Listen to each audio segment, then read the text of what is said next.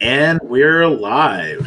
Thanks for joining us for Raise Fist Media. I am Kwame Norval. Kamali Rose. And we just wanted to chat about some things real quick with y'all. As you may or may not know, I'm sure all of you know, Joe Biden has come out and finally made his VP pick, that being Kamala Harris. And we have definitely got some thoughts about this. I know a lot of people have been asking for our thoughts on this and reaching out and wanting to see what our opinions are on Kamala Harris. Real quick, though, before we even get into that, just a quick housekeeping. Let's address the elephant in the room. Ironically, the conservative angle on Kamala Harris. There's been a lot of racism and misogyny being thrown her way. They are ramping back up the birtherism nonsense, and it's just garbage. It's absolute garbage. Per usual, she is a Black woman. From certain people, she will take more slack just across the board, as we've seen with instances like what happened to Megan Thee Stallion. But with that being said, there's a lot of real, valid, actual criticism coming from people. And I see it being dismissed and conflated between that. And that in part is why we something we definitely want to address today. With that being said, I mean, I think we should just get right into it. We're going to talk about Kamala Harris, the self-proclaimed top cop. And actually, we'll start off by letting her kind of tell you a little about herself and what she stands for.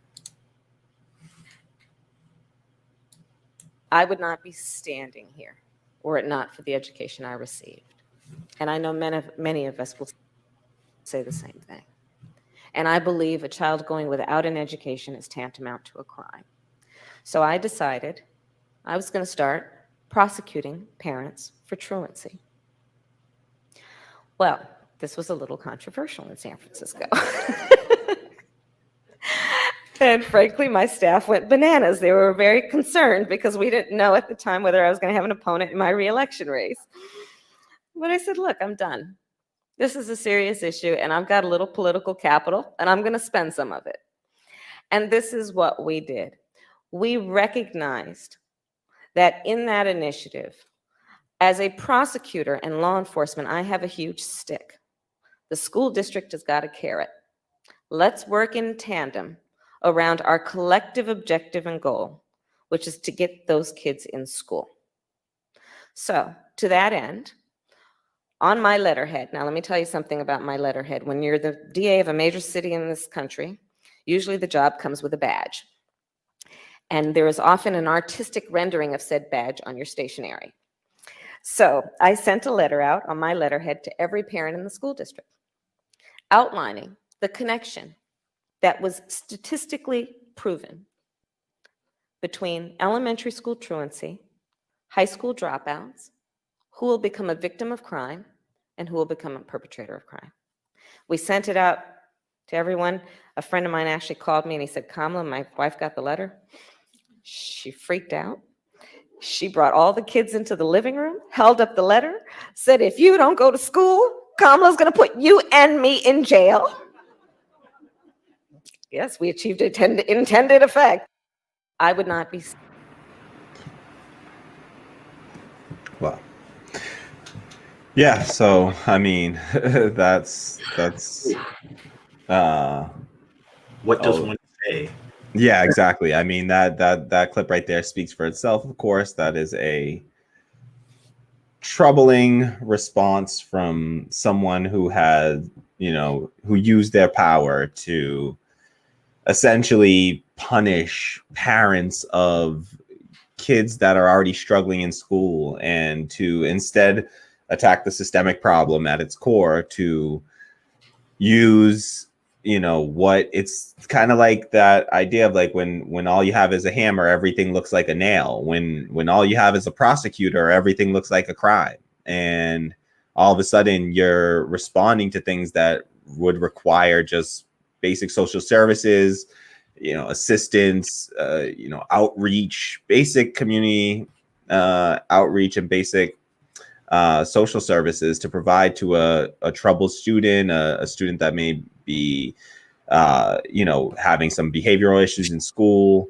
And the response, instead of trying to get that kid the help that they need and try to, understand and recognize what these, what is the root of the problem. She goes right to using her, her badge and just doing what cops do, which is to criminalize every behavior and to criminalize behaviors that should be, these non-violent crimes. And you're talking about locking parents up. I was a truant kid at times. I skipped school. When Kwame and I went to Boston Latin School together. I skipped school so much that I got kept back one semester. I missed so many days from skipping school that I got kept back for, that I failed a semester, which led to me getting kept back. I got sent off to Jamaica at the time, and we can get into that, because that's where I, have my, Jamaican experience that I can speak on as far as Kamala Harris and her, usage of her Jamaican identity and how she used that. We'll dive into a little bit later. But yeah, I think that, here, what would my reaction be if the punishment for my mother, who was a single mom raising 5 kids, trying to make ends meet, working 2 jobs, 7 days a week, and just trying to put food on the table for our 5 kids. And because me, just a kid that's acting out, because for me, it was just not being challenged in school and not feeling challenged by the schoolwork. And so I go and I skip school, and then my mother gets arrested and thrown in jail. And now 5 kids are made to go into foster care. What do you do at that point? How does that solve the problem? So, but here she is laughing about that, about criminalizing a non-criminal behavior. And the really kind of wild thing and disingenuous thing that I've heard a lot of people try and attempt to give some pushback against this on is the statement of, name some people that she actually arrested. She didn't actually arrest that many. It was more of a threat. And it's like, is that really where we're at right now? That was your solution? That's still, it's still a gross way to get to a solution. It's very much, we know statistically when we look at it, being overly policing and punitive does not help situations. Look at what happened with the war on drugs, which interestingly enough, is another point of issue that we take with her. I actually have an article right now from Mercury News about how she prosecuted her marijuana cases, and I'm going to read that. But just an excerpt. But Harris's history of prosecuting marijuana cases as a San Francisco district attorney is more nuanced than those stage confrontations indicate. According to new data obtained by the Bay Area News Group and interviews with more than a dozen former prosecutors, defense attorneys, criminal justice experts, and activists who have been following her career, Harris oversaw more than 1,900 marijuana convictions in San Francisco. Previously unreported records from the DA's office show. Her prosecutors appear to have convicted people on marijuana charges at a higher rate than under her predecessor, based on data about marijuana arrests in the city. Wow. So, and then they go on to say, make the point that, she didn't actually lock up a lot of people here, and that it was mostly the low-level people didn't get locked up, a few dozen, which again, we're talking about prison and ruining people's lives, incarceration, ruining their record. Few is too many. Yeah, and let's be clear, you know, being arrested, even if you're not ultimately convicted, being arrested can absolutely positively have a negative impact on somebody's life. You know, I've been arrested for charges that I was ultimately not convicted of, but it destroyed my life in the meantime. And so you still have to go through the court system. You still get arrested in front of people publicly. It can affect your job because if your place of employment finds out that you've been arrested, it can then have a negative impact. You know, you can be fired for just simply, you know, because places you're employed without an employee at will, you can be fired from your job without cause. And so it absolutely happened to me. And so just being the act of being arrested alone can be damaging and is damaging to somebody's life. And so even if she did not, you know, put these people in jail, even if they weren't put in jail, these were 1900 convictions. These are convictions. This is something going on your record. So even if they weren't convictions, that's not to mention all the people that got dragged into court and ultimately weren't convicted. You know, that's not mentioned here. You know, we don't have the exact numbers on that. Yeah, the people who lost their jobs because they couldn't show up for work because they had to go fight this bullshit. Exactly. And this is a felony conviction. And so you're talking about putting having a felony conviction on your record. And so that follows you around. Whenever you apply for a job, there's a little box you have to check that says, you know, have you been convicted of a felony? You know, there are certain places where, you know, running for office is affected by, have you been convicted of a crime? And so, you know, these are issues where they affect your chance of employment. And it's particularly hypocritical of Kamala Harris because she, on an episode of The Breakfast Club hosted by Charlemagne the God, she went on there when she was interviewed during the during this past primary election. She went on to Charlemagne the God's podcast and she laughed about smoking cannabis herself in college. So after she herself smoked it and got away with it, she then turned around, you know, and laughed about that. She then turned around and locked up, convicted almost 2,000 people when she had the power to then. Absolutely. So I think that hypocrisy really speaks to something. And you know, if you're the kind of person that, you know, she didn't fight to, now it's not that she wasn't on the side of fighting for cannabis legalization, which she should have been. If she's somebody who smoked it and got away with it, she should absolutely, you know, and then went on to become a senator and an attorney general, then that should then tell her that people can smoke that plant and be perfectly, you know, successful, good, decent people as far as she's concerned. I'm sure she considers herself a good, decent person. And so, you know, a successful person. And so the idea that you can. It's wild. It's like you said about the legalization, because there's just one other part of this that I feel like is key. That we need to call out here, because this is going to be a running theme we see with Kamala Harris is, still advocates wonder why it took so long for the California senator to come out in support of marijuana legalization. She actively fought a ballot measure for recreational pot in 2010, co-authoring an opposition argument in the voter guide, and stayed on the sidelines when a second ballot initiative passed in 2016. Harris publicly came out for legalizing marijuana only in May 2018, after she was widely considered a likely presidential candidate. Since then, it's become a centerpiece of her plans to reform the criminal justice system. We can't keep repeating the same mistakes of the past, she tweeted last year. Too many lives have been ruined by these regressive policies. Yeah. And this is going to be a running theme as we talk about this. I have an issue because a lot of people keep saying, like, look at her record now, look at her more recently, let's pay attention to her votes. Guys, come on, let's not be gullible. Look at the timeline. There's a direct correlation between her so-called change of heart and her presidential ambitions. Yeah. So don't give me that, when we've had other people who've consistently been on the right side of this stuff for so long. And you're going to tell me now that right before she goes to apply for this job, that she's going to go delete all the racist stuff off her Twitter? Yeah. Come on, guys, let's be real here.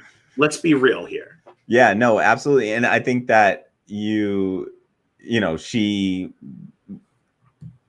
the fact that it's important to see, to denote somebody's record when they actually have power and are actually able to impact and affect policy change versus when they're, when she's an attorney general of San Francisco or state, attorney general over the entire state of California. And let's be clear, she's in California, like being anti-weed in California in a democratic, bastion of this is one of the most bluest states and the most liberal state in the country. And here she is as a Democrat in power fighting against the popular will of the people here. So that it's showing you that she is willing to fight against popular policies, that are popular, highly popular amongst the Democratic base. And she is willing to go against that as long as it's, when it's in favor of corporate interest and against the mass of people.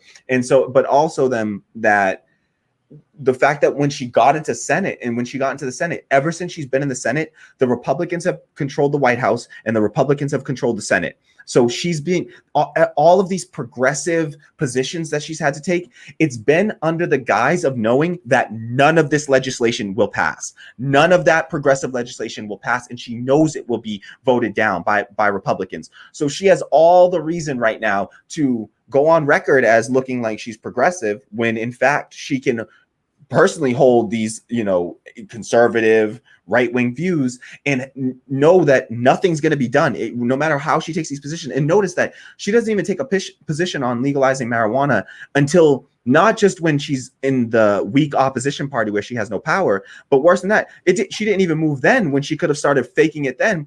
She didn't start faking it until she had all of those conditions set up and she had ambitions to be the president of the United, to run for president of the United States. So that's just something that we definitely have to know.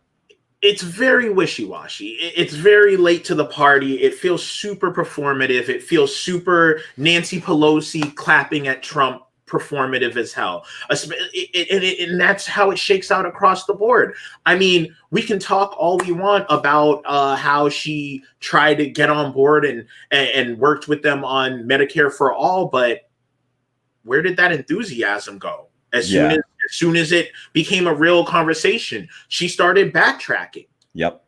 She had that huge flip-flop on Medicare for all that made me absolutely lose all, she co-sponsored the Medicare for all bill. And then as soon as she was challenged on it by the donor class, as soon as she was challenged on it by our corporate donors, she went from raising her hand and saying, oh, I think that we should abolish all insurance companies, all private insurance. We should abolish all private insurance. Turned around the very next day and said, oh, no, I didn't hear that question properly. And I'm not comfortable, quote, comfortable with Bernie Sanders' Medicare for all plan. So not only what that does is that questioning that deals damage to the Medicare for all movement, because now all of a sudden the right wingers can come out and say, look at that. Even their left-wing liberal, because they paint her as this like radical leftist liberal, progressive. And they say, look at even this. Exactly. Even this progressive, liberal champion over here says that Medicare for all is not reasonable. And so look at that. Even they don't believe in it, when really the reality is publicly, you poll that 87% of Democrats agree that we should provide Medicare to all Americans in a recent Hill Harris X poll. No relation on the Harris. But so that's the reality on the ground. And so especially, and this is why I feel some type of way when I see you guys making these bad faith arguments and bringing up the current situation, bringing up the pandemic and the failures of Trump with the pandemic. Because if you care that much about everyone's health and well-being, you can't support someone who flip-flopped on Medicare for all. If you really care about fixing the issue for that this pandemic has caused, how are we gonna it doesn't make sense. The current system doesn't work. We could talk about what we have right now, but most of our insurance is tied to our job. Companies are closing. People lose their job, they lose their insurance, they die. Where's the disconnect here? Exactly. We just saw 30 million Americans get thrown out of their jobs and 27 million Americans lose their health insurance in the middle of a global pandemic when we need people to have health insurance more than ever, not just ourselves, but our neighbors. Because if our neighbors don't have health insurance and they don't get the care, well, the virus isn't prejudice. It's not going to pick and choose. Well, oh, that person has health insurance. Oh, I'm only going to infect the person with health insurance. No. Well, it can affect people without health insurance, and then they can spread it if they don't have the proper health insurance to get the care, to have the shelter. Imagine for a homeless person, she's the AG in California. They have massive, homeless crisis. She was the attorney general in San Francisco. Like, they have these massive homelessness crisis as well. And you don't have the ability to shelter in place or to take care of yourself or anything like that. And so, I mean, and we're talking about millions of people losing their jobs and then losing their health insurance. And, that's on top of the fact that already 20 million people didn't have health insurance under the Affordable Care Act that they champion, that they sit there because,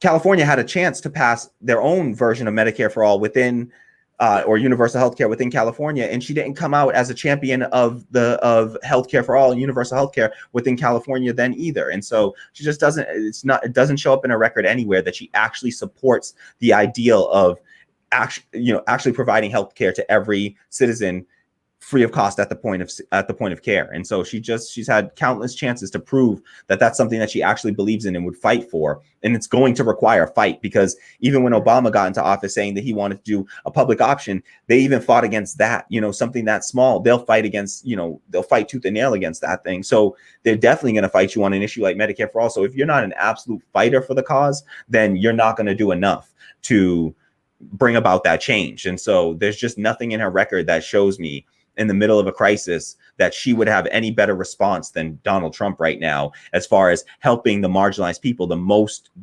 disproportionately negatively impacted groups, that, the many without the health insurance that aren't going to get it under any plan that's not Medicare for all. And so before we go to our next thing, I just also have to point out, with that being said, like, I keep seeing this thing about like how we need a lawyer someone who is tough, who's gonna, like, speaking on Trump, like someone who's gonna go in there and when you get him out of there and it's gonna hold him accountable. That's why we need a lawyer for a vice president. How, Sway? Like, when Steve Mnuchin, when that all went down, she didn't even seek charges against him.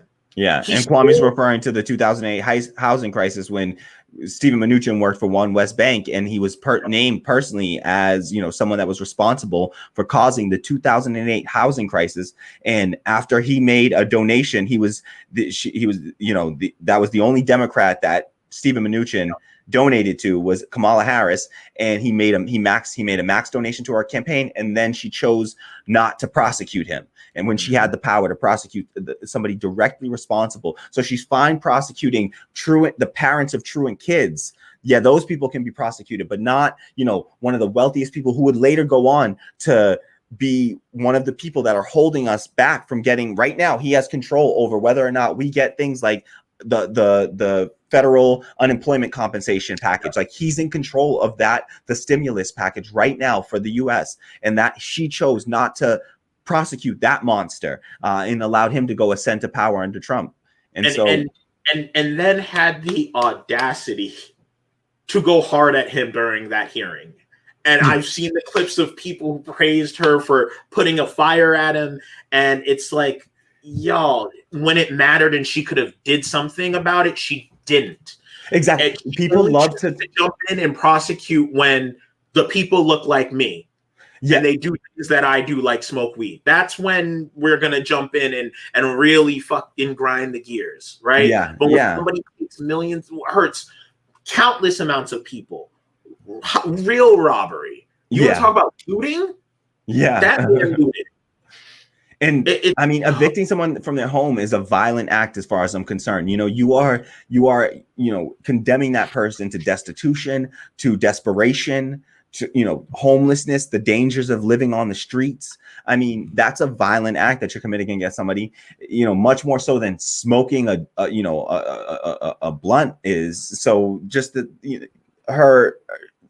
she clearly has there's clearly an issue of class dynamics that then are going to completely to directly intersect with race dynamics, things like, any marginalized, communities intersecting inside of that of the, poorer, lower income people are going to be disproportionately impacted by her kinds of policies that she implements. And so, yeah, there's no excuse for that. And this idea that, look at how she prosecutes. It's like, look again, just like Kwame said, these were toothless acts that she did. These were things that had no real power behind them. They talk about how she was tough on Brett Kavanaugh and she was tough on, Steve Mnuchin, and exactly like what happened though? They still came into power, right? They still got nominated into their positions, right? So as great as she was, and she's a great prosecutor, and she got him there, and she really stuck it to Brett Kavanaugh. He's still on the Supreme Court and he's going to be there for the rest of his life.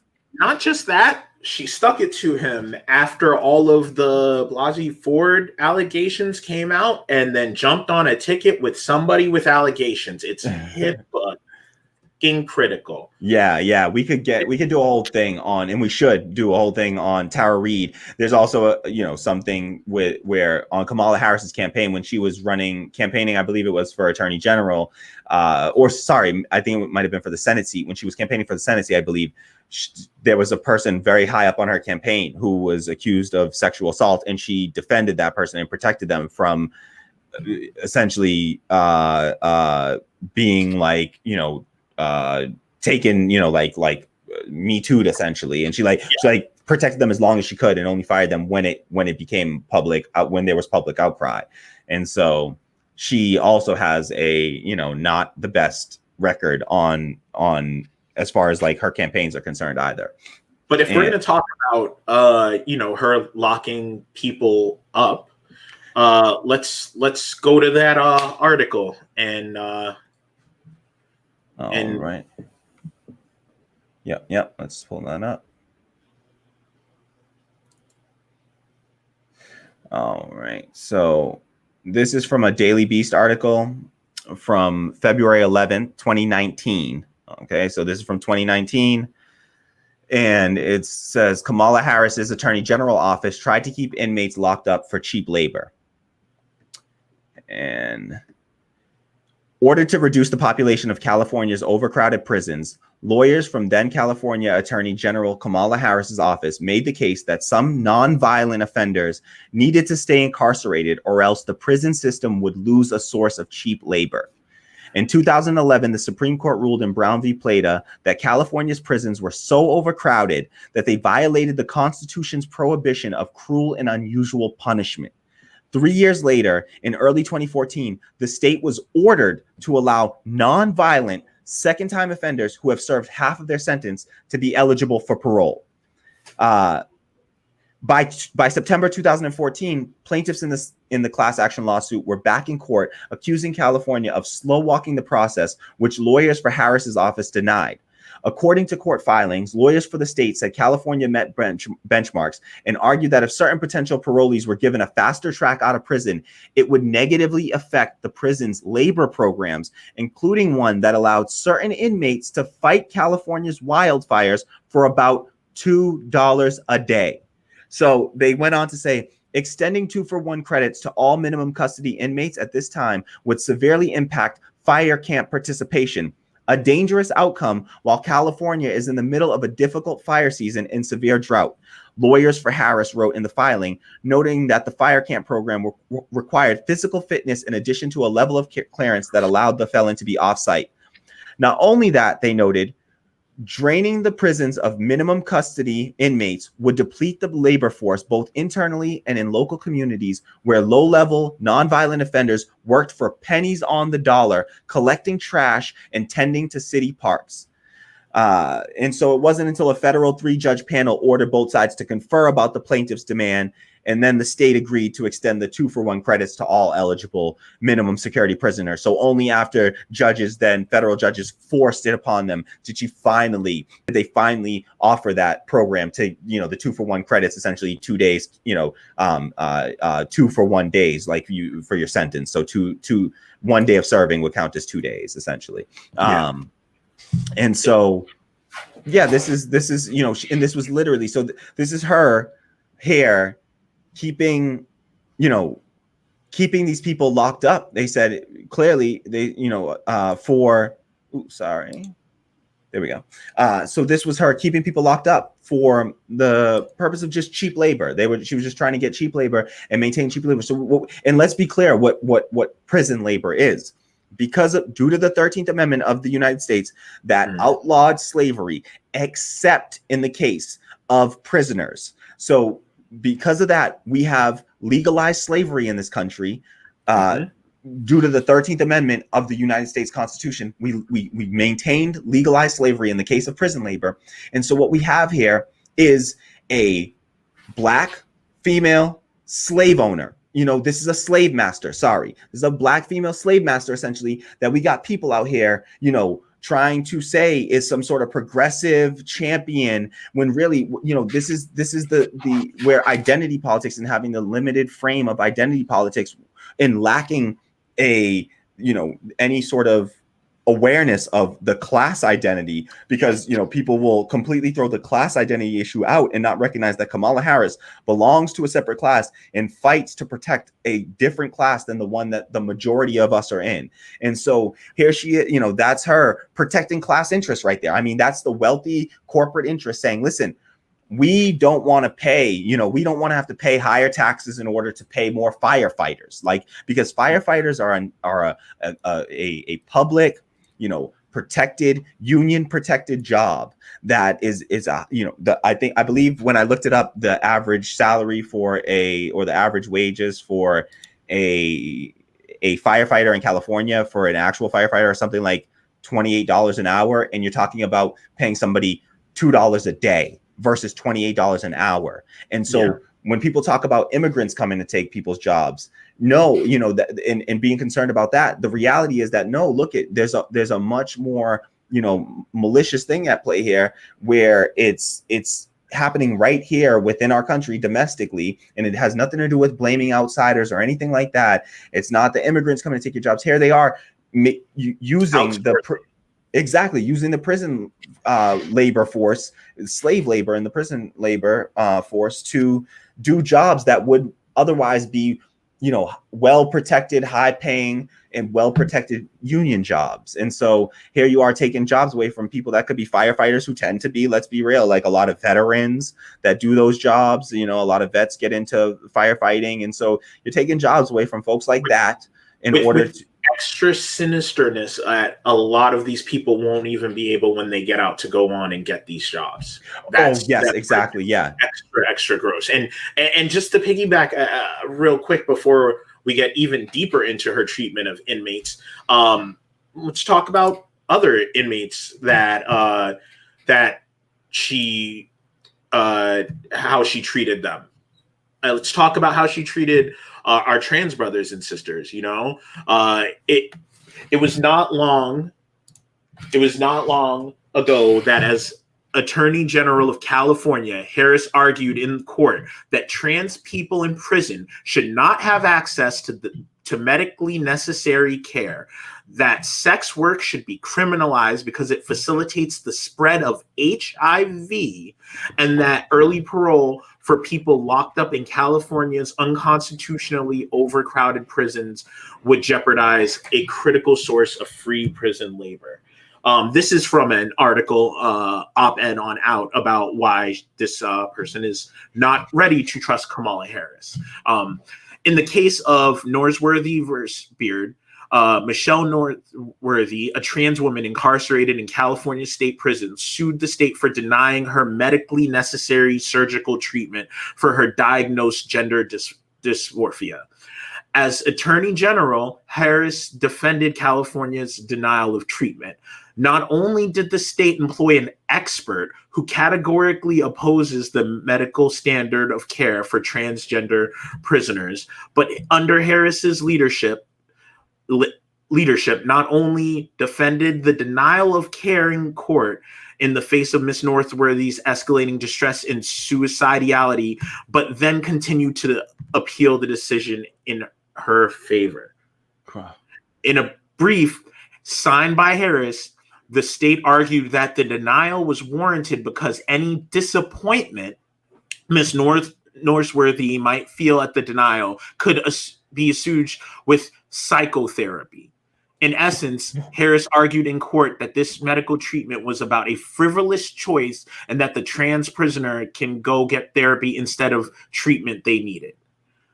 It's Jesus Christ, did she really just suggest conversion therapy essentially? Like, is that what I'm hearing? Like, is that what they're suggesting here? Like, it's gross. And then further that Harris similarly presented troubling arguments to the court as an attorney general in defense of criminalizing sex work.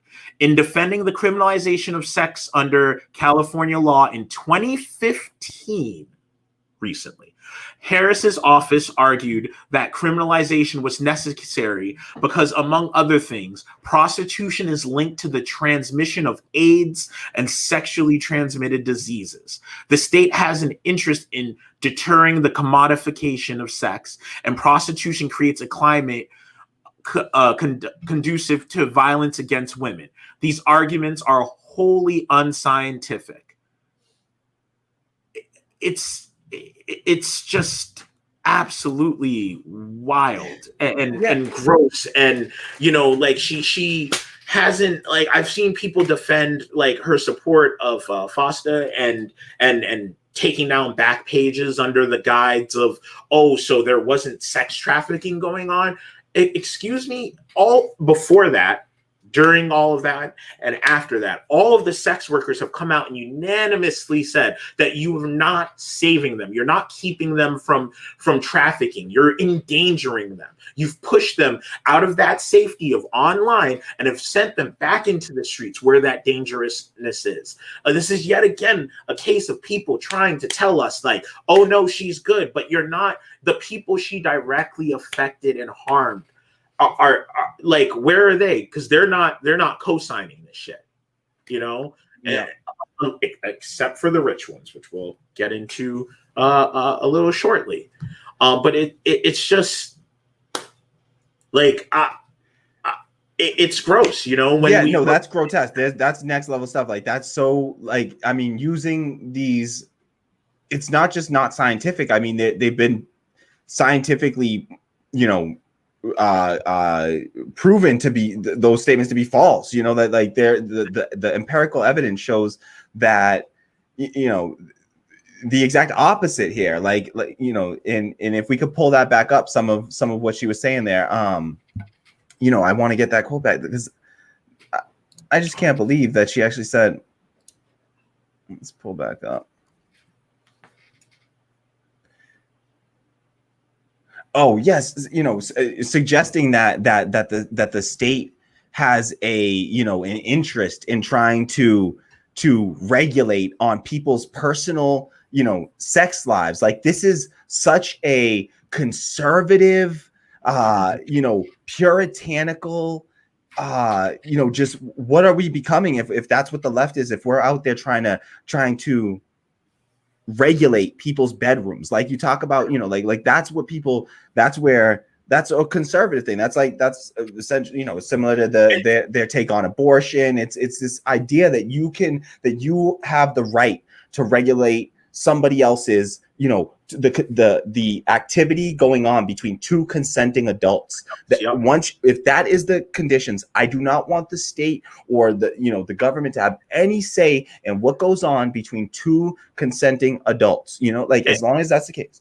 And I definitely feel some type of way. It can't be understated, the little dig at HIV, furthering the stigma of AIDS. It's disgusting, man. No, that was terrible. It's as if you know, and again, this is just it's these are unscientific claims that are being made here, where it's just, you know, and again, pushing sex work into the darkness, into being into being an illegal practice. It makes it so that it's less safe, it's less likely, and just like in the case of abortion, you're less likely to be able to get the protection you need, you know, literally just like condoms, things like that, you know, especially when if you're once they pull down back pages and those sorts of sites through Sesta Fosta, it then what it did is it reduced significantly people's ability to gain clientele for a lot of sex workers, and so that forced them into you know, having less money to which you know, less income, which means again less money for testing, you know, less money to make sure that they're out getting tested, to buy protection, to, you know, to choose. They have less choice happening with their clientele, because now all of a sudden they're more desperate and more likely to be in a situation where, okay, well, they've run out of protection, or, you know, something happens and they still have to take on a client that they would otherwise be able to deny it in a situation where there was enough clientele coming in, and they can comfortably make that decision without risking their livelihood, you know. So it absolutely forced them into more dangerous positions. And so to then put all that on and to come in with the smear about HIV, and that's really like fear mongering on something that is, it's gross.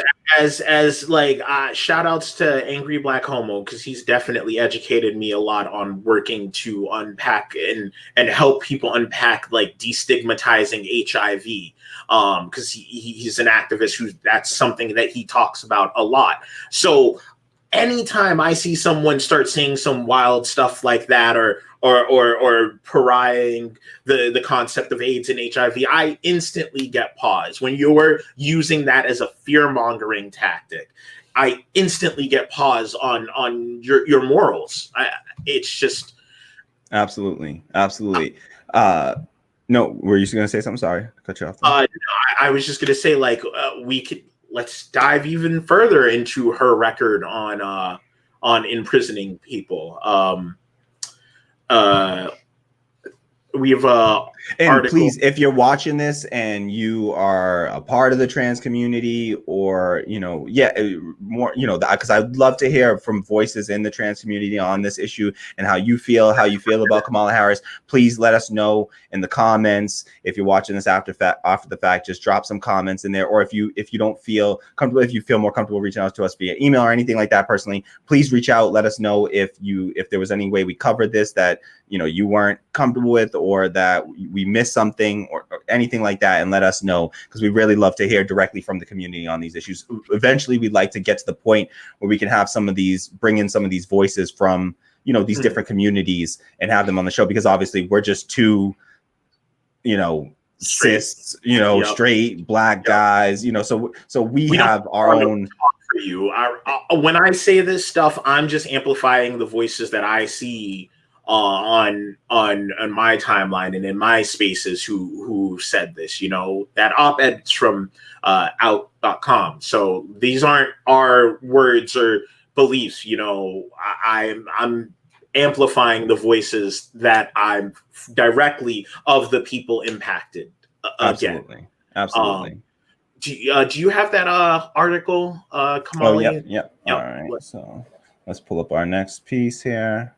But yes, absolutely. Email us if you have any, or drop it in the comments, Kwame at raisedfistmedia.com or Kamali at raisedfistmedia.com. If you have any thoughts or questions or feelings about that, you feel like we misspoke or overstepped, we definitely want to hear from you, and you know, definitely make sure that you're being heard on this. Yeah, absolutely. And if you haven't already, please do us a favor and hit that like button, subscribe to the channel, hit the bell to receive notifications anytime we go live or launch a new video. And if you can afford it, please do us a massive favor and head over to our Patreon. You'll see it here under me right here. So, you know, patreon.com/raisedfistmedia. Just head over there. I believe there's a link in the description box below. You can click the link in the description box below, or just type that in, patreon.com/raisedfistmedia.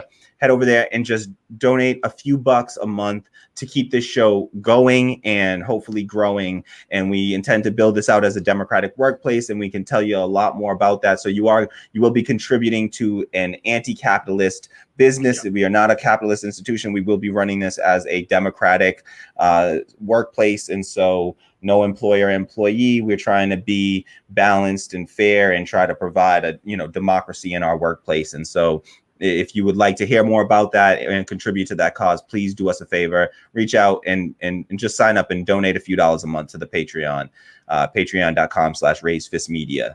Thank you so much for that. And let's get to our next. Yeah. Now story. that we've done our quick little commercial break, we're going to go to something a little bit darker. I don't really know any other way to preface it. Yep.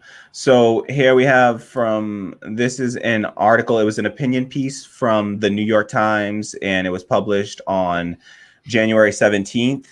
And is written by a law professor and former director of the Loyola Law School Project for the Loyola Law School Project for the Innocent in Los Angeles. So this is somebody that works for Project for the Innocent in LA.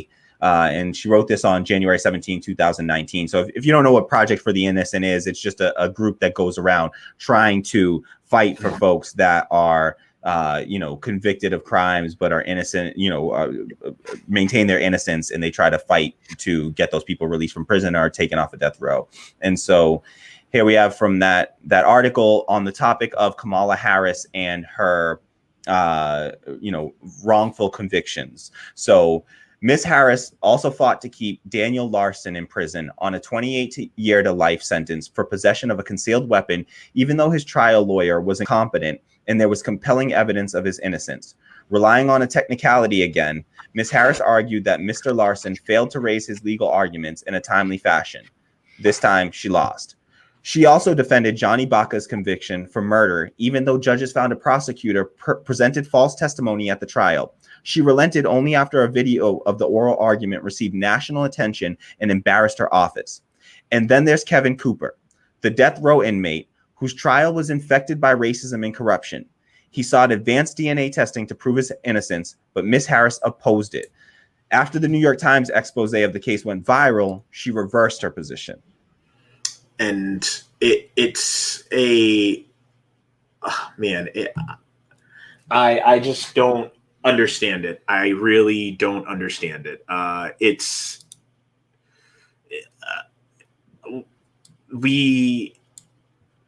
We have let's frame it a little bit better for y'all, so you really understand like how jacked up this Kevin Cooper one is. In 1983, 4 people were murdered in a home in Chino Hills, California.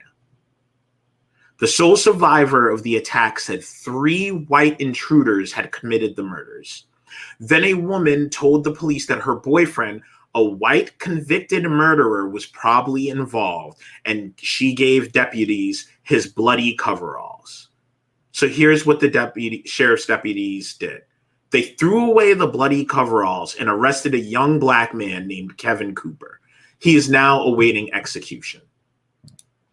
So that's from that. That's the New York Times op-ed that was released, that they said, after seeing that, she reversed her position. So after that went viral, then finally, after all of that, and after she's running for president now, then she finally reverses her position on the Kevin Cooper case. And that's now after it's too late. She has no more power to do anything about it, unfortunately. So she didn't then reverse her position and then order the DNA test. No, it was too late for her to do anything about it by then.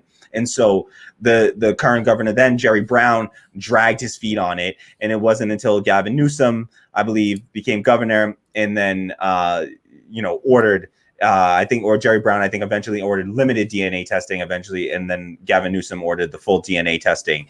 And that happened 2 years ago. I think it was January, it was January of like 2018, I believe. So we're talking about, or 2019. And so we're talking about 18 months was the last article that I found, was 18 months that Kevin Cooper was waiting for those DNA results and still hadn't received them. It's now 20 months later, and I couldn't find anything saying that he had been released from prison yet. So he's still awaiting these results from the DNA test, which have now taken almost 2 years to complete. And so this Kevin Cooper is still in prison to this day right now, is locked up on death row for decisions that, because of decisions that Kamala Harris made.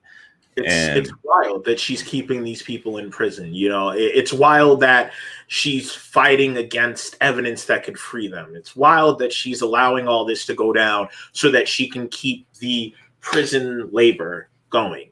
And it's so troubling and so wild to me, because I learned this from the awesome documentary and journey that I took with the movie on Netflix, The 13th, that I've recommended to tons of you guys all the time.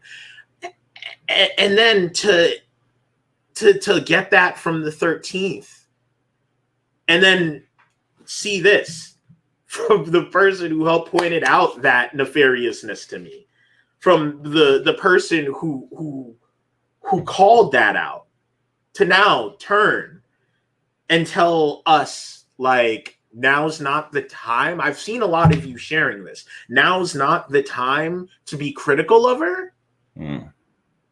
There's no debate, no room, no discussion. This isn't the time that we can talk about it. Not the time to be all up in arms about it. It doesn't make it make sense. Make it make sense, Abe.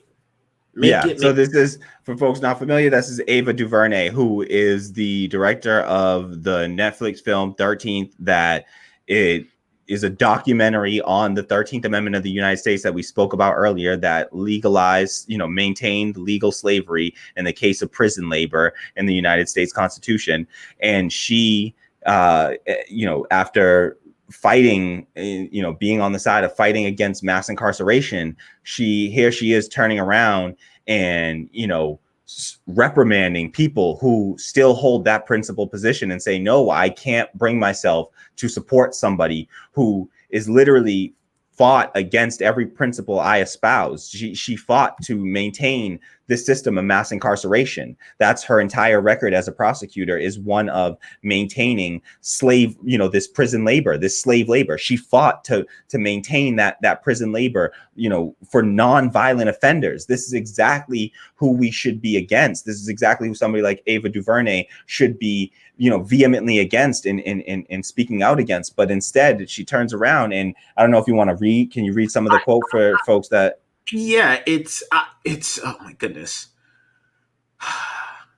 After admonishing people and pointing out the shit that Trump does, full whataboutism, she goes into, so I don't want to hear anything bad about her. It doesn't matter to me. Vote them in, and then let's hold them accountable. Anything other than that is insanity. It's ego. It's against our own interests. Defending someone who locked up tons and tons of brown and hurt brown people. Sorry. It's against our own interests. It's selfish. It's disrespectful to our elders. It's nonsense. It's talking to hear yourself talk. This is a matter of life or death. We need all our energy focused. This is a fight for more than can be expressed here. There is no debate, not for me anymore. Vote blue 2020. And again, this goes back to that same nonsense where people keep bringing up identity politics here, which is extra insulting to me as a black leftist who also is a feminist. And they say, like, we're being harder on her because she's a black woman.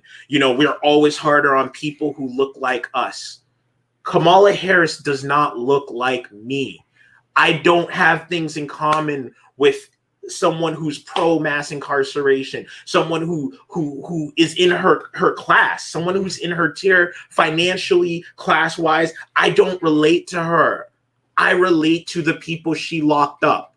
I relate to the smokers and the nonviolent marijuana offenders that she harmed. I relate more to the black trans people that she harmed. I relate more to the sex workers because they're in the same class as me. All right, that's the people that look more like me than someone like her. I didn't go to Howard. All right, Yeah, yeah. Finish college. I ain't in Alpha Kappa Alpha or any, fraternity, or I didn't go to a, nothing like that. I'm not, I'm not part. I don't roll in those circles. I don't know any bankers. I don't know anybody that, personally oversaw the 2008 housing crisis. I'm not on, calling basis, first name terms with these people. So yeah, absolutely. To look at that, I mean, she's a Jamaican, her dad's Jamaican and I'm Jamaican, my dad's Jamaican, I should just love her, I mean, her name's Kamala, my name's Kahmali. I mean, Jesus Christ. I mean, I should love this woman identity wise. My goodness. I mean, I'm just one letter away from her, right? Like, I mean, identity wise, except I'm missing that major, key analysis of the fact that we don't identify on our class, and that overrides so much. And it doesn't always have to. I mean, there are some good, decent class traders up at the top. There are a few people every once in a while that are decent class traders, and they even when they ascend to those ranks, Bernie Sanders in some way, I mean, he's a senator, he's a United States senator. He is not in our class, let's be real, but he's a damn good class trader, and he's a sincere, genuine class trader, and I can totally get behind that. And that's fine. And I can identify with an old Jewish guy, more than I identify with a young Black woman. And I absolutely identify more with a Bernie Sanders, because at the end of the day, the policy matters. Their program matters. It's more than rhetoric. Rhetoric is only going to get us so far. Joe Biden, in Kamala Harris, yeah, they'll be different than Trump. They'll be different in their rhetoric. They won't be very different in their policy prescription, in their policy programs. They don't believe in Medicare for all. They don't believe in Medicare for all. They don't believe in a Green New Deal. They'll fight against the Green New Deal. They don't champion the fight for 15. They don't believe in decriminalizing sex work. That's just got proven. They don't. They are. They both have support foreign wars, like Joe Biden supported the Iraq war. Kamala Harris isn't a dove on foreign policy. She's just another, she'll be another hawkish, foreign policy. Yeah. They for waging war on her own people. What is she going to do to foreign countries? Exactly. It's just, it doesn't make sense. It really doesn't make sense. Yeah, no. And I don't understand how we're still, and I get it. I get being excited because you want to see the first Black woman VP. It's complicated. I feel I would be hypocritical if I didn't point out my own excitement when Obama had a chance to take office and what I thought that meant for me as a Black man. And on the other end of it, once I actually got educated on politics, it wasn't really worth it. It wasn't. It was Black Lives Matter spawned under Obama. Let's be real. So yeah, don't tell me that. Like, I've seen people bring up racism. I don't want to have to deal with Trump and the racism he's emboldened. And Black Lives Matter. Black Lives Matter started under Obama. Absolutely. Right. And the defunding the police movement is getting traction, and you want to elect a cop. And that's where it gets really scary, because then when we go out there and we protest and the cops are coming down on us hard and pepper spraying us, are we going to have the hearts and minds of all of you # resist people? When it's Kamala Harris, a Black woman, saying, "Oh, the protesters are unruly, and they're rioting," we had to do what we had to do. Yeah, no, I worry that, honestly, because Trump, this is what Martin Luther King talked about in his letter from a Birmingham jail, where he talked about the fact that, listen, I regret to inform you that I'm more concerned. I believe that the white moderate may be the Negro's greatest stumbling block, and I'm more concerned about the white moderate than the white Citizens Council or Ku Klux Klansman, because the white moderate lives by this idea that they can paternalistically tell you, you know, when to achieve your freedom and your liberty, and they prefer a negative peace, which is an absence of tension, to a positive peace, which is a presence of justice. And he says, you know, it's essentially the same idea of like, you know, he goes on to say, you know, a person of like mild, you know, goodwill that still, you know, holds you back is more confusing than somebody of just outright ill will who just wears it on their sleeve and just tells you I hate you. You know, it's a lot more confusing when you have these people that are telling you, these white liberals often telling you that, you know, they mean well and they're on your side and they're an ally, but when push comes to shove, they're telling you, well, no, you can't get that change now. The change you're talking about is too radical. It's too radical to say we don't want any more black people, you know, dying in, you know, unjustly at the hands of police. And in order to do that, we need to defund the police. Kamala Harris is, and that's another one that I missed in the list of things that Joe Biden, Donald Trump, and Kamala Harris all agree on, which is they don't agree with defunding the police. They all agree with giving, you know, putting more funding into police and doing garbage things that have already proven to not work, like you know, what do they call it? The trainings, the sensitivity trainings, and these things that just have proven not to work. Body cams, you know, the body cams only worked in the case they keep them on, and they only show that footage when it helps the cops, when they show up because you cannot, when you're going to talk about body cams, we also have to throw out there that she didn't make it mandatory. She left it up to the cops when she was in charge for them to wear body cams, not a mandatory. Yeah. And I personally am just outright against body cams all entirely because of the way that they've been deployed. Simply put, they're only use that footage. You'll notice in all the cases that matter, the body cam doesn't get turned on suddenly, or it gets turned off in the middle, or the audio, you know, it's never turned on in the case of when it can help to prosecute a cop. But it will always be used in the case where, oh, they roll up and they're recording a bunch of people, and then they can later use that footage to say, well, here, you made this statement. Here, I got you in this lie, XYZ. Oh, I walked in, and we can review our camera footage. And oh, maybe when you walked in, they didn't catch you, you know, stashing that joint away in your back pocket. But on the review of their thing, they're like, oh shit, look at, you know, he just was stashing something there, you know. And so that body cam footage is often used against people, but not typically used in favor of the you know, civilians. And so it's something where it's like they, you know, it's those things have just empirically do not work. And so trying to give more funding to that sort of stuff, all it's going to do is just help to further militarize the police. You fund them more, and you're going to militarize police more. And so the only way to try to actually, you know, prevent against this is defunding police. You know, I could go so far as to say abolish police as we know them today. I still think that we need something like a peace officer,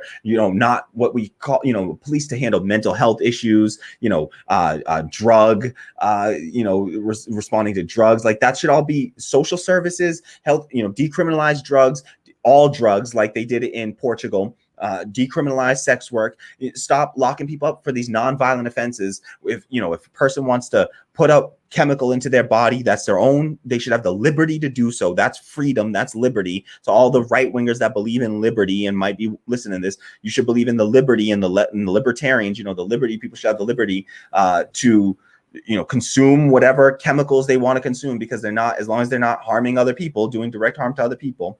And so yeah, I think that, you know, we should have things like defund the police. And these people, you know, a Kamala Harris is not going to give you anything different programmatically than a Donald Trump is going to give you on the idea of defunding the police or demilitarizing, you know, the police, or reducing the military budget. We're going to get the same program, the same policies, just in a nicer rhetoric. And what I fear that does, like you said with Obama, is it allows people to, a whole bunch of people are gonna vote for Joe Biden, and then they're gonna consider their duty done, and they're gonna check that off, and they're gonna go home. They're gonna go back to brunch. Exactly, like they said with Hillary. You know, if Hillary was elected, we'd all be eating brunch right now. You know, like that's what they want to do. To piggyback off of what you said on Martin Luther King, let's go to a tweet from Malcolm X real quick. Oh shit, I got confused. Sorry, Talcum X. As a lot of you know him, the king of the grift, Sean King, grifter extraordinaire. So let's take a look at what Mr. King had to say in 2018. I'll be frank and tell you And hold up real quick. Let me just point out that Sean King runs something called the Justice PAC, that whose sole purpose is to go around the country fighting to elect progressive prosecutors so that they can, to affect policy change through electing progressive prosecutors. So with that being said, let's take a look at what Sean King had to say here. I'll be frank and tell you two Democrats that I am 99% sure I won't be supporting, primarily because of their dismal history on criminal justice reform over the course of their entire careers. Joe Biden and Kamala Harris. They both helped build and advance mass incarceration. And that's from November 14th, 2018. So that's, about 2 years ago. Now, 2 years later, that's it for me. I'm incredibly proud to see a brilliant Black woman, an HBCU grad, chosen as vice presidential nominee. I've done political work my whole life. It's rarely things dreams are made of. Kamala Harris is the most progressive VP nominee in American history. Ooh, boy. I saw it on Twitter. Somebody put it so nice. Boy, that check must have cleared us something. Because, goddamn, the about face was so quick it hurts. Good Lord, what are we doing? What are we doing? Is this the Black activist that I see all y'all talking about saying, oh, the Black activists, the Black Lives Matter activist has come out in support of her. Is this your king? This is who we're talking about? I don't get it. Let's another one, as DJ Khaled would say. Let's look at this. My friend Jamal Truelove was framed for murder by Kamala Harris when she was district attorney of San Francisco. He even added her. Sentenced for 50 years to life in prison for a crime he had nothing to do with. Spent 7 years in prison before he was exonerated. That's it for me. I am incredibly proud an HBCU grad chosen as a vice presidential nominee. Yeah. I've done political work my whole life. It's rarely things dreams are made of. Kamala Harris is the most progressive VP nominee in American history. Good Lord. They say dreams are made of. It's rarely things dreams are made of. Yo, dude, I hadn't read that little bit. For everything, there's a Sean King tweet for fucking everything. He said it's rarely things that dreams are made of. Dreams are made of Kamala Harris, the cop, the prosecutor, being the vice president. Like, she's not even. The vice president is almost it's this decorative, ornamental, thing where you barely have any power. The only reason it matters is because Joe Biden's already putting out there he's going to be a one-term president. Maybe a zero-term president, because he literally he's saying people are already saying whoever's his fight is going to be like a Dick Cheney 2.0 situation where his vice president is actually the one in control. So in that sense, maybe Sean King would have a right to be excited about Kamala Harris being in office if she wasn't the most horrific person on criminal justice. That was he literally picked the worst option. From a criminal justice perspective, he picked the worst option. I mean, his only other option that came close to that was Val Demings, the chief of police. There's an argument to me she could be worse, but she also because she did come out and say what Ferguson needs was just more black cops. That's all Ferguson. She was the one that came out for that. But she's the only one that's worse that I can think of. Honestly, it's what the hell else? Who could be worse than that? You picked the most prosecutorial pick of all, and you're gonna say that's the stuff that your dreams were made out of? Seriously, you the Bernie, surrogate that was out there campaigning for Bernie. You had a chance at Bernie and Nina Turner, black woman vice president Nina Turner, who is, we don't talk, we could bring up the conversation on colorism, because she gets treated a whole lot differently than Nina Turner gets treated, because then Kamala Harris gets treated, because Kamala Harris, light skinned, she has certain Eurocentric features, straight hair, long hair, mixed, being mixed race. That's always looked upon as like, oh, those are the, there's more value to someone who has, is biracial. And I say this as a biracial, high yellow brown dude who has seen that favoring, has seen myself be favored in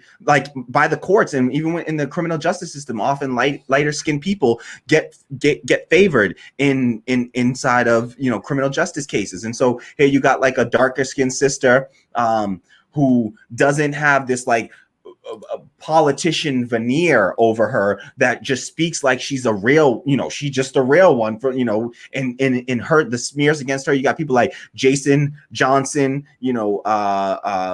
who is out here talking about like, oh, she comes from the island of misfit black women, during the campaign, and nobody speaks out and defends her. These same people don't jump on that and talk about, oh, we got to defend black women and up, Howie Hawkins has a black woman for his vice president. That's the Green Party candidate. He's been had a vice, his vice president pick, Angela Walker, and nobody was talking about her. So it's just like, this whole, it's gross. Gross. And like, just to tie back, like, so I don't even really know what to say about it.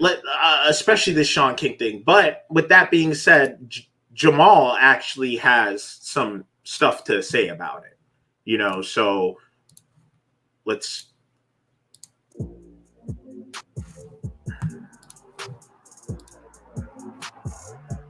When I put in my appeal, the people that's fighting against my appeal to keep the conviction is the Attorney General office. I learned it reading, their reply to my appeal, and you see Kamala Harris' name at the bottom. And now it's starting to feel a little personal. When you win the $13.1 million, it's a massive settlement. Did you feel like that was enough? There's not an amount that could get back those 7 years. That 6.5 years that I spent in prison. But instead of me coming home feeling like I was a victim, I wanted to prove that I'm a survivor, and I will not let my story go unheard. I'm not necessarily saying I'm looking for an apology, but some acknowledgement from her that she could have messed up would be, of course, that'd be huge. You could have made some mistakes. You could have missed some things. For me, it was a big miss. I had life in prison. I've met people in prison that was wrongfully convicted. I want my story to be out to provoke reform ultimately. Beyond that, I want to be able to be who I want to be. I'm an actor, I'm a musician, I'm a father. I'm more than this person that was framed. I'm more than this person that was wrongfully convicted.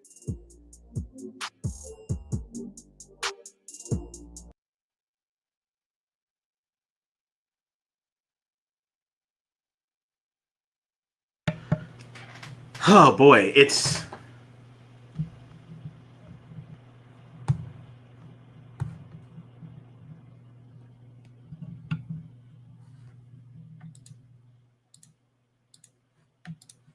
I think you are muted, my friend. Sorry about that. So yeah, it's wild, and he's way nicer about it than even I feel like he should be, And but it clearly I don't like. He said that she did some stuff or was promising to do reform and things when she was a senator that piqued his interest in the interview. For full context, but when this was announced, that clip, that little piece about how she didn't apologize was what he shared on Twitter. And again, talking about people it's impact. Let's go to his mom. Listen, I'm not saying don't vote for her. Google at Jamal Truelove. Her hands were all over my son's case. He's not the only one. She failed to have the decency to even apologize to these families. I believe she owes it to them. Yeah, that's the least that she owes them. Like, they're talking about apologies to people whose lives she destroyed. These people's lives, destroyed their lives. You know, what you face in prison, like the violence in there, that type of like. I mean, she destroyed these people's lives, and then to turn around and all these people are asking for is a damn apology. Like, they're saints as far as I'm concerned, because I'd be looking for a whole lot more than an apology. I mean, luckily, Jamal Truelove, he won a $13 million settlement from, the state of California, which he damn well deserved every penny of that, because how the hell do what's the cost of 7 years of a human life? I don't think there's any value you can put on that. And so, yeah, these are people that are like, they're better than I am. They're much, these are kinder, gentler people than I am, because I would be pissed and I would be, raising hell. And all these people are asking for is a damn apology, and they can't even get that for, until it becomes politically expedient for her. This woman doesn't even have it in her heart to apologize. She doesn't give a damn about this stuff. She doesn't give a damn about these people. These people don't mean shit to her. What she cares about, who are her donors. That's who she cares about. That's who she's concerned about. Political ambitions. Yep. Absolutely. And you get called like misogynist if you talk about like her political ambitions and stuff like that. But this is what she's shown. I mean, this is what she's shown, is that she will put her person, and Cornel West speaks about this, and he talks about, and we can maybe bring in some Cornel West soon. Yeah, but Cornel West, he likes to talk about something, and we can bring him in right after this. But he says something not in this clip that we're going to show, but he likes to speak on this issue about the betrayal of the Black elite. And what he talks about is, people who have lost they've traded in the we collective we mentality for an I mentality, an individualistic, mentality of where it's, ruthless ambition over collective growth in betterment. And so she puts her own personal ambition and personal growth and getting ahead of the betterment of the masses of people. And so that's a trend going on, and that's something that's induced by capitalism, and this idea of like rugged individualism and meritocracy. And so absolutely, Cornel West is a clarion voice in this. And so I think that he's somebody that we should look to hear, because and he's somebody that him and we don't necessarily agree on the absolute strategy behind. I'm personally not going to be voting for Joe Biden. Cornel West advocates voting for Joe Biden. I'm not in a swing state. My vote doesn't really matter. Maybe I can't say for sure whether my vote would be different in a swing state, because I don't live in a swing state and I don't have that pressure on me. So I don't know exactly what, and I'm not telling other people what to do, because honestly, I don't know the right answer for sure. All I know is that it's sadly way too debatable for me whether, is 4 years of Trump or 12 years of Kamala Biden worse. I don't know which one's worse. Honestly, I don't know which one's worse, and I can give an argument for why I think 4 years of Trump could be better. And just the fact that there is an argument for why that could be better, even from a left-wing perspective, is sad and pathetic, and it pisses me off. And I wish we weren't in this position right now. But I at least respect Cornel West in his position, because he takes an honest tack and he doesn't try to hide the ball the way that some people are doing. And again, look at Ava DuVernay saying, do not criticize Joe Biden. That's absurd. What do you mean? And wait until we need to get to and really think about here is like, where do we go from here? Like what is voting the lesser evil really mean? What does it mean, especially with your intentions behind it? And I feel like Cornel West really knocks it like kind of out the park on there. Yeah. And we can hear from Cornel. And just one more thing on the Ava DuVernay bit, where she said like she said, no criticism of Joe Biden until, no criticism of Kamala. I don't want to hear any criticism of her until after, they're elected. And my thing is, what good does criticizing somebody then do? If you couldn't push these people to move towards your position when they don't have all the power, what makes you think that you're going to change their mind? You're going to be able to change somebody's mind who's been stuck in their ways for, Joe Biden, who's been stuck in his ways for decades, or Kamala Harris, who's been stuck in her ways for years now. And what are your chances of actually changing their mind after they're already in power? That's the time when they have nobody. They don't need to listen to us anymore. They have all the power. Why listen to it? They're not listening to the left right now. Look at who he chose as his running mate. He chose somebody that was the most antithetical to the left, somebody who, in the midst of a Black Lives Matter movement around the George Floyd protests, who has responded to that movement with selecting a prosecutor and an attorney general and a cop as his running mate. So that's what this is very reminiscent of the Hillary Clinton Tim Kaine pick in 2016, where she picked somebody that did not appeal to the progressive base whatsoever, because they feel like they don't need us. They feel like they don't need the people on the left, and we have to recognize that they're pushing us away, and they're saying we don't need you to win, and they're hoping that they can win without our support. And so that worries me, that maybe they're running the same playbook as 2016, and we know how 2016 worked out. And right now the 538 models are projecting the same likelihood of Biden winning was the same likelihood as Hillary winning at this stage. And we got a global pandemic and mass unemployment and a Great Depression that we're facing down. And still Joe Biden has this race sticking way too tight for my comfort right now. So all that being said, I think that we should pull in and listen to Cornel West here on this. Keeping alive the legacy of Martin King, Fannie Lou. Wage with escalating wage stagnation and so forth. Those are the deep questions of Martin King, of Ella Baker, of Fannie Lou Hamer. That's the real challenge of our dear sister Kamala. Well, you've been critical of Harris in the past. I know at one point I think you called her a centrist candidate who acts progressive. Do you think those who've criticized her prosecutorial record, or maybe her record as Attorney General, will be able to see past it? I mean, obviously, right now the choices are Biden, Harris, or Trump, Pence. Right. I think right now we've got to be part of an anti-fascist coalition of conscience. You see our dear sister use Martin Luther King Jr.'s language, coalition of conscience. We've got to make sure Trump leaves the White House one way or another, either by election, or if he loses and he won't leave, then some of us will have to just go and escort the brother. You know what I mean? It's time to go. You've done your damage. But we can't be under any illusion. When Biden and Harris get in there, if they still tied to Wall Street, still tied to the militarism, after common Africa, if they still tied to not dealing with quality public education, if they're still tied to their same old neoliberal elites, then we're just going to have another slow disaster rather than a quick catastrophe. With Trump, you got a quick catastrophe. He's got to go. That's why I myself, even as a radical, and I just want Trump people to know, I'm a radical. My dear sister Harris is not a radical. She is she's a centrist and a moderate. I love the sister. She's my AKA sister and everything.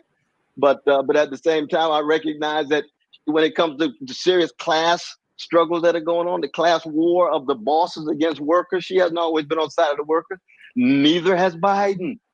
Well, it's interesting because Biden linked to the major mass incarceration regime in the modern world. He helped create that. You know what I mean? So that we have to tell the truth about even those we vote for. That's why I don't endorse them. I vote for them, because I try to stay true to Curtis Mayfield's music. When he's talking about moving on up, he's talking about integrity, honesty, decency. He's talking about vision. He's talking about courage. He's talking about generosity. He's not just talking about winning the next election. And see, it's in our musicians and our artists that they set the standards. And when they play Curtis, I said, ooh, they messing with a genius from Chicago now. They messing with the great Black musical tradition now. So this is not a plaything. And yet I do think at this moment we've got to push for those too, even though I love my Green Party folk and I love my movement for People's Party that we're going to be wrestling with Nick, because in the end, I don't think the Democratic Party is going to be strong enough as an institution to really follow through on the kind of things that William Barber and the others are talking about in terms of fighting poverty and keeping alive the legacy of Martin King, Fannie Lou. Yeah. And like I said, we got to really talk about where to go from here. And we've, we both definitely have some thoughts on that. Real quick, though, there's two people who, let's take it to the comment section, Black Twitter, whatever you want to call it, real quick. Because there are two people who really had a profound breakdowns on this that I want to touch on real quick. First is Ernest Owens. Real talk, millennials and Gen Zers. Let me remind you that a lot of our Black parents and grandparents are super excited right now for Kamala Harris because they grew up in a society where respectability politics was all that mattered in their world. And the fact that she personifies these Black symbols, HBCU, Divine Nine, wows them. It's sad, but they still live in that reality. They still believe in the you got to work twice as hard, work harder to beat the man mentality that overworks us and makes us rebel even harder. Kamala Harris represents the respectable, classy, educated Black woman who doesn't listen to WAP and that they want their daughters to be like. She's the person who supports good cops who fight crime and is the strong Black women they are used to symbolizing in pop culture. We and some of our more progressive aunties and uncles know that Kamala Harris represents the kind of respectability politics that will never save us, the kind that compromises our safety and integrity, the kind that lies to us about opportunity, the kind that believes that capitalism and being nice to white people who are racist to us will make the world a better place. Kamala Harris got on national television and implied that Joe Biden was racist and turned around and thought it was iconic to run on the Democratic ticket with him. Our parents and grandparents think that this is courageous. We know that this was trash and counterproductive to the liberation we truly seek. The plantation politics of the previous generation will kill us all. If these two lose in November, it will not be because Black young people didn't vote, but because these two didn't inspire a society to see the wide enough difference between themselves and the opposition. But keep celebrating the fact that she's an AKA and went to Howard. And if those damn pearls and degrees are going to stop her and Biden from locking up our damn children, up. Yeah.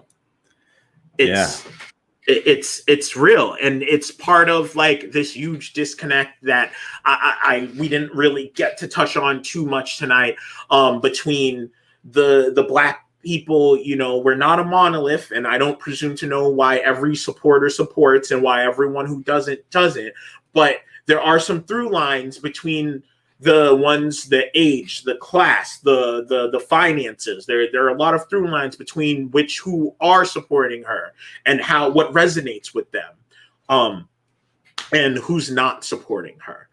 And again, I'm not here to shame. I'm just saying be real about it. And with that being said, before we get into our closing thoughts, another person who really summed it up really well is someone that you should really go follow on every form of social media, Angry Black Homo. And he said, I wish folks would just be honest and say that this need to get Biden into office is just about regaining a country that's more comfortable for you, yourself, individually. You had a certain level of comfort, material, symbolic, or otherwise, prior to 45. And he fucked up the illusion by making it much harder to ignore that this system has always been shit. Having to even kind of acknowledge the realities of this country terrifies you, and you just want to retreat back to that false sense of comfort. I'm not telling anyone how to vote. I just want y'all to be honest. Just admit that Biden is not some pathway to getting back to the work of moving us forward. For most of y'all, getting Biden into office is the end goal. And then y'all are going to go right back to sleep, just like you did when we got Obama into office.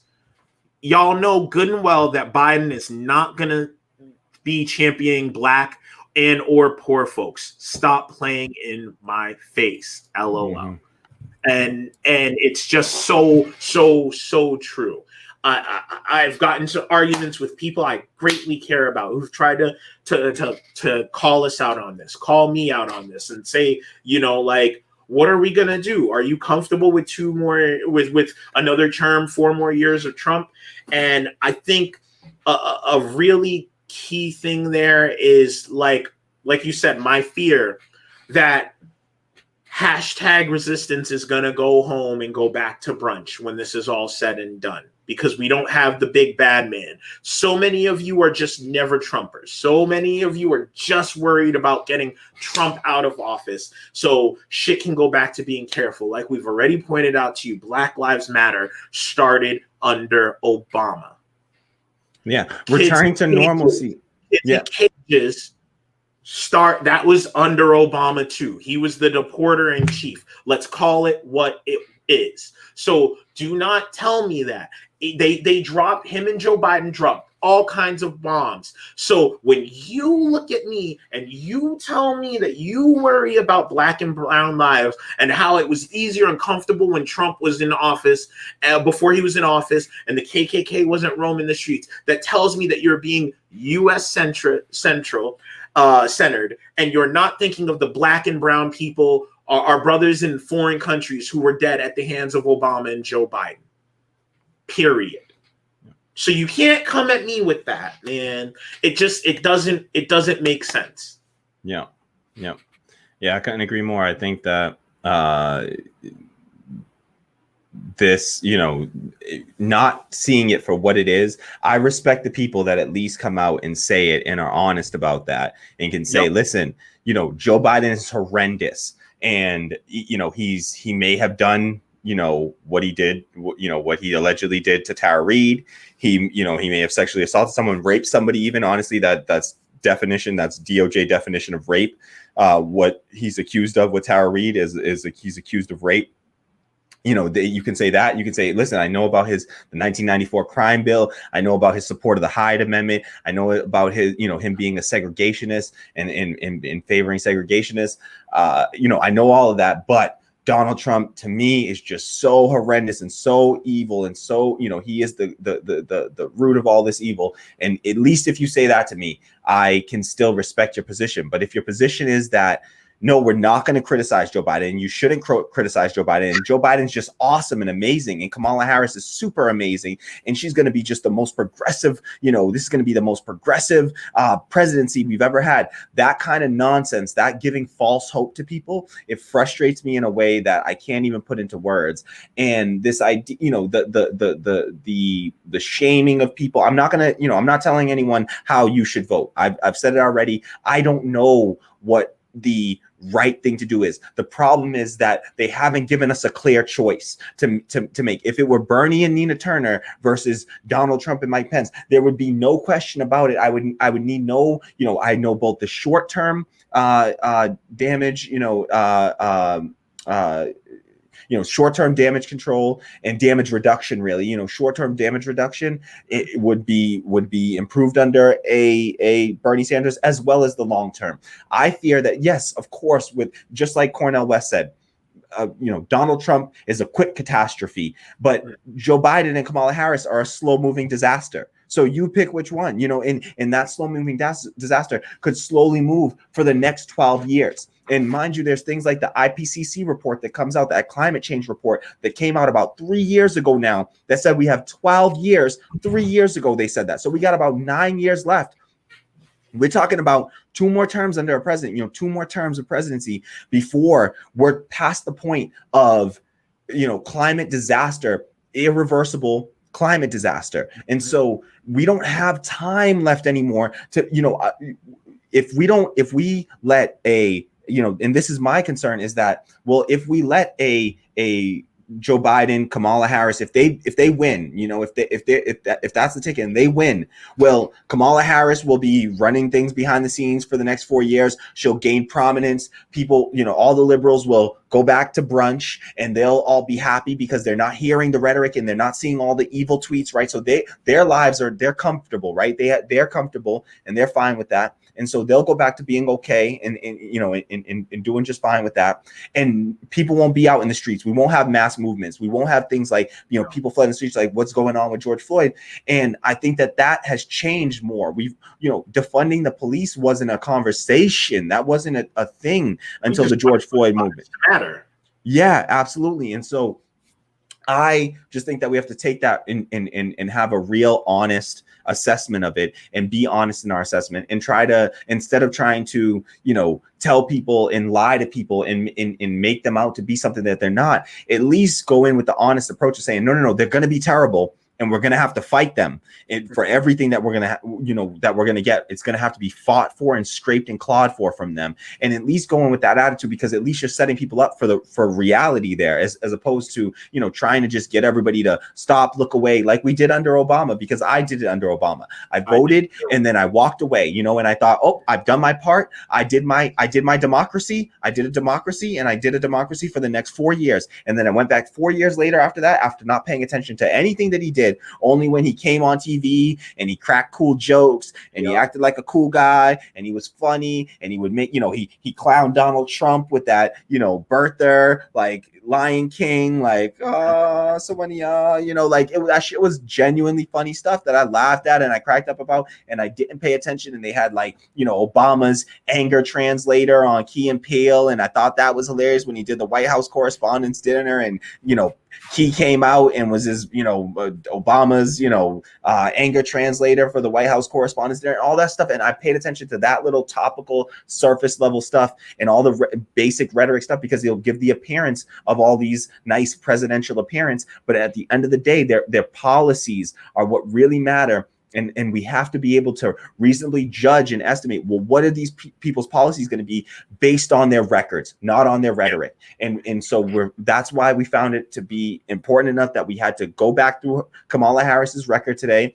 and try to lay that out as best we can. And there's, of course, more. We weren't able to dig into everything. We would need, a 24-hour, stream in order to cover all of the horrendous policy decisions that she made in the, her Senate record and her voting record. These, to be progressive when there's nothing on the line, that doesn't matter to me, and that shouldn't count and shouldn't have as much weight to people as her record when she actually held power over people and actually could have made a difference with her power. And what did she do to it then? And what did she do with it then? And so, yeah, I would just like to say that it's easier to do that then.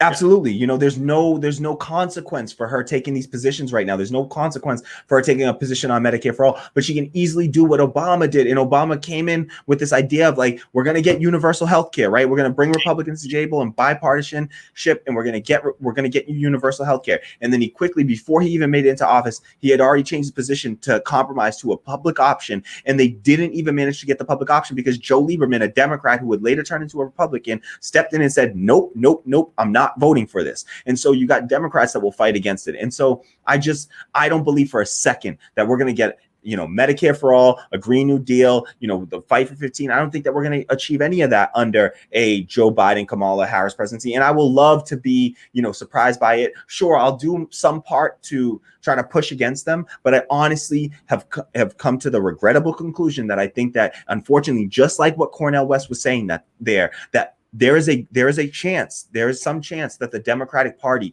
is too far gone. And this entire, the two-party system, what the Democratic Party has to offer is too far gone. And that's why this year I'm going to be supporting Howie Hawkins and I'll be voting on the Green Party ticket. Why?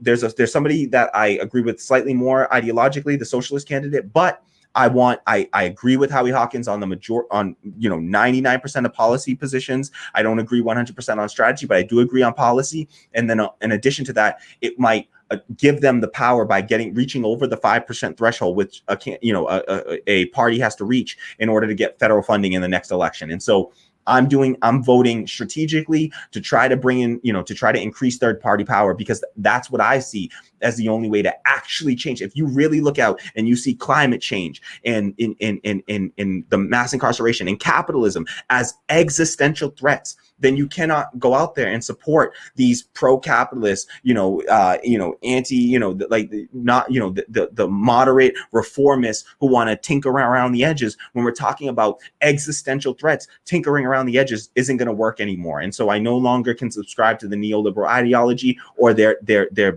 baseless timeline of just waiting for the next season. Wait for the next season. Next election we'll get some progressive in. No, I can't do that anymore in good conscience. And I feel like what it comes down to for me is, at the end of the day, it doesn't matter who wins. I'm going to be speaking out against them and holding them accountable. That's what I feel like I've done pretty consistently. If you've seen my timeline, you follow me on social media, I was a Bernie supporter who was still critical of him. I didn't like what he had to say on reparations. I thought he had some issues on race where he was not very good. There were some bumbles there where he could have done better. And he was weak on the issue of BDS. He had to be pushed on the issue of Palestinian rights. Yes, absolutely. There's tons of issues where he wasn't good. And now, and when I saw him throw his support behind Joe Biden, I understood it, but it kind of disconnected me from him. And I did that easily and cleanly. And you know why? Because it was never about Bernie Sanders. Y'all played us and you framed us as Bernie bros. It was never about Bernie Sanders. He was a vehicle for our platform. He was a vehicle for the movement that we wanted, for our movement. And when we find him no longer useful to getting what we need, then we will drop him. And I cannot say the same for y'all. I cannot. I see people still praising Elizabeth Warren. I see people still riding on this Joe Biden thing. Like it feels like a team sport to me when it comes to y'all, because the consistency is just not there. You can't tell it's based on their platform, because Kamala Harris, Joe Biden, Elizabeth Warren, where all of the links in their platform are all bad. The only few good things they had, they didn't even agree on. So explain to me how it's about anything other than identity. And again, I don't want to be hypocritical, because I celebrated when Obama went into office.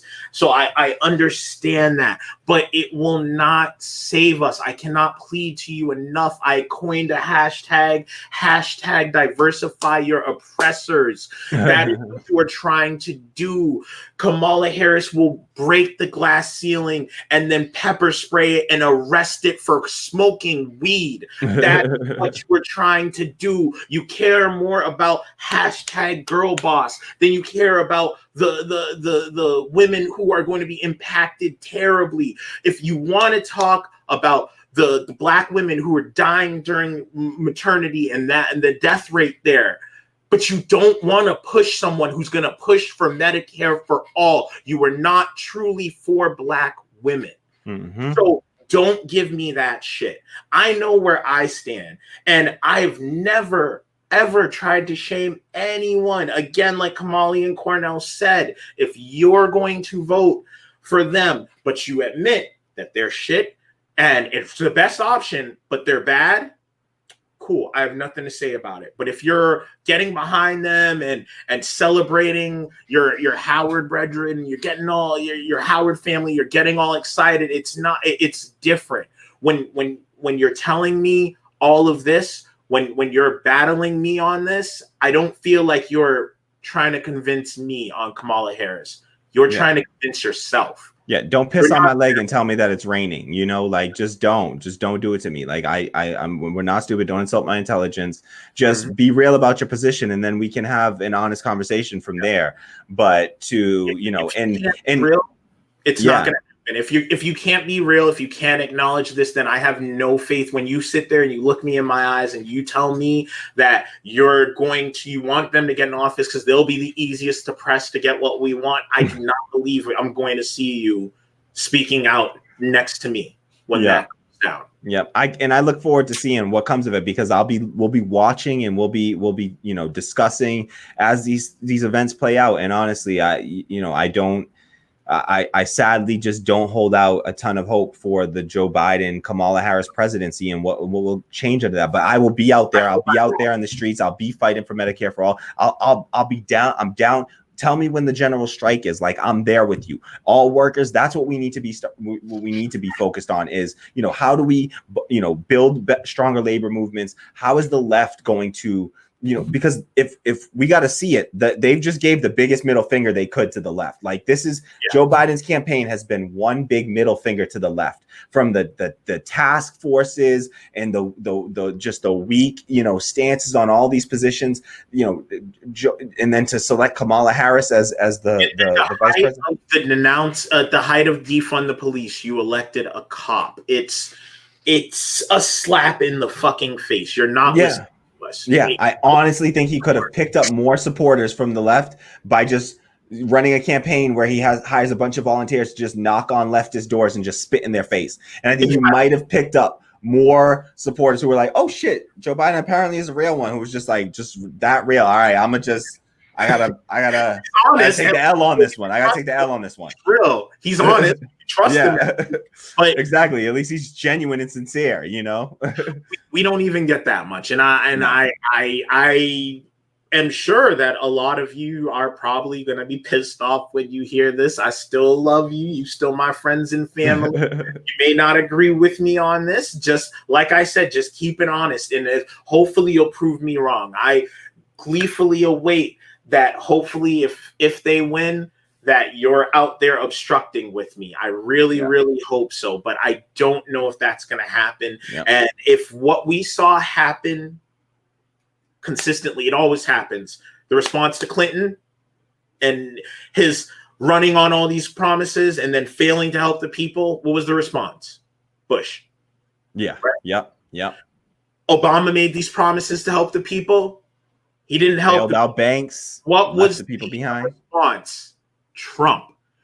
If they do this and they fail again, the next one is going to be Trump 2.0. They're going to be more civil. They're going to be smarter. They're going to be more put together. And they might even be a goddamn black woman. It might be Candace Owens. Condi. Oh, yeah, exactly. Yeah, Candace Owens.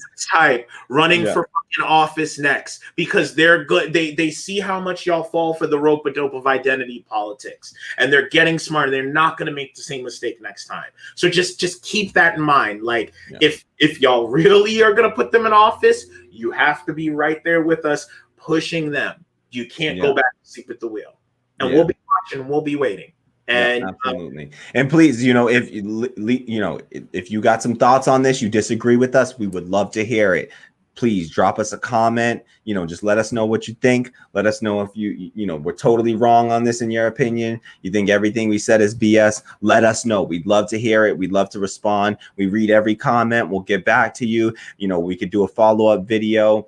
And so please, chat, we can do a live stream where we take, live comments, live feedback. So we'd love to do that. So, just let us know. Let us know your thoughts. Share your thoughts in the comments below.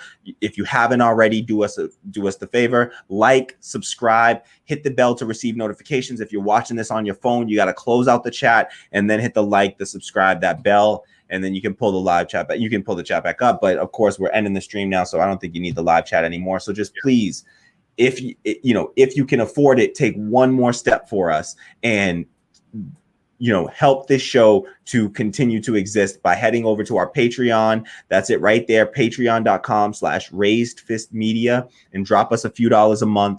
Just donate a few dollars a month and it keeps this thing going. Support independent Black media, especially Black left-wing media. Support independent Black left-wing media. Help us grow, help us to start this thing out and get it going. And then please, even more so, we love the communication. Share the stream, share this video with anyone anyone that you think might like it. Please share it out there and just come back and continue to have these discussions with us. We really do appreciate it. Absolutely. This part of the reason why we do this is because we got tired of arguing in the comment section with people to no end. We got tired of doing that work and it maybe being lost on some people. So now if you see this and you feel like this resonates with you and someone brings a lot of these BS arguments to you, you don't even have to do it. Just drop and share this video and say, hey, we have black leftists who were saying you're wrong. When they tell you that all the black people are celebrating, all the black activists are falling in line and celebrating, show them this video. Please. And if this resonates with you, definitely follow us, support. We appreciate your time. I know we ran a little bit longer than we anticipated, but like this was that kind of topic. We really had to. We still had to leave stuff out, but yeah, we appreciate you taking the time to hear us out on this. Yep, absolutely. And yeah, that's it. Again, this is Raised. I'm Kwame here with Kamali. Yep, nice. On the other side of me. And this is Raised Fist Media. So we're gonna have some more great stuff for you. Hopefully, it's not always gonna be this heated. I know we done made a lot of you mad in our personal circle, but hopefully you stick around. Absolutely. Love you, and like don't stop pushing. We cannot take our feet off of the fucking gas pedal on this one. We have to. It doesn't matter who wins. Be out there. We fight. Get ready to fight. It's not freedom until we're all liberated. Period. The class war will be here, whether it's Biden, Harris, or Trump, Pence. We still gonna have a class war ongoing, and we got to fight on the front lines of that. So be ready, and I look forward to fighting right alongside y'all. All right, peace.